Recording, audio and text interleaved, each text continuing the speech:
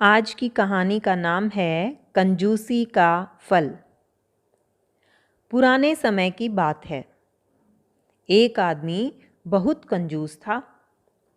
वह परिश्रम करके जो भी धन कमाता उसे छिपाकर रख देता।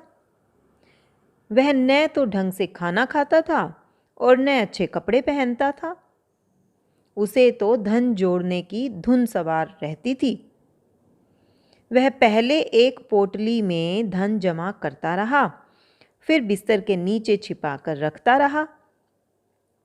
जब धन और बढ़ा तो उसने अलमारी में रखना शुरू कर दिया।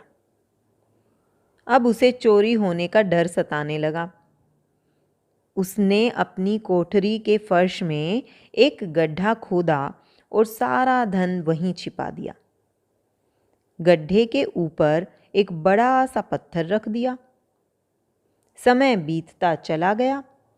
कंजूस आदमी के पास सोने चांदी के ढेर सारे सिक्के जमा हो गए।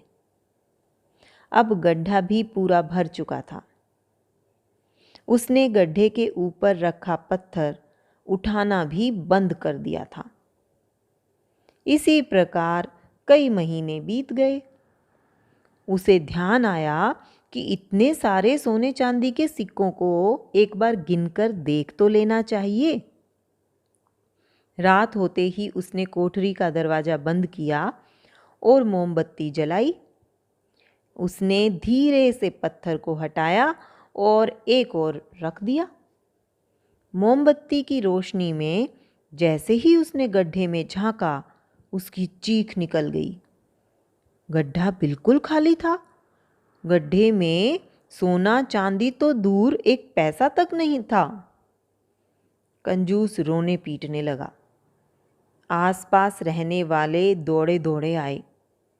जब लोगों ने रोने का कारण पूछा तो उसने रो रो कर अपनी कहानी सुनाई।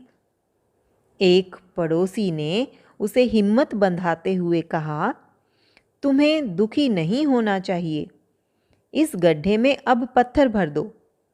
इसमें रखे सोने चांदी के सिक्कों को तुमने महीनों से नहीं देखा, न उसका उपयोग किया। तुम्हें इससे क्या अंतर पड़ता है कि गड्ढे में रुपए हैं या पत्थर? तुम्हारे लिए तो दोनों एक समान हैं। दूसरे लोग भी उसकी हाँ में हाँ मिलाने लगे। कंजूस माथा पीटता रह गया। तो बच्चों, ये कंजूस व्यक्ति की कहानी तो यहाँ ख़त्म हुई।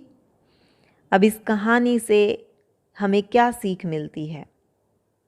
इस कहानी से हमें सीख मिलती है कि धन की उपयोगिता उसके प्रयोग में है।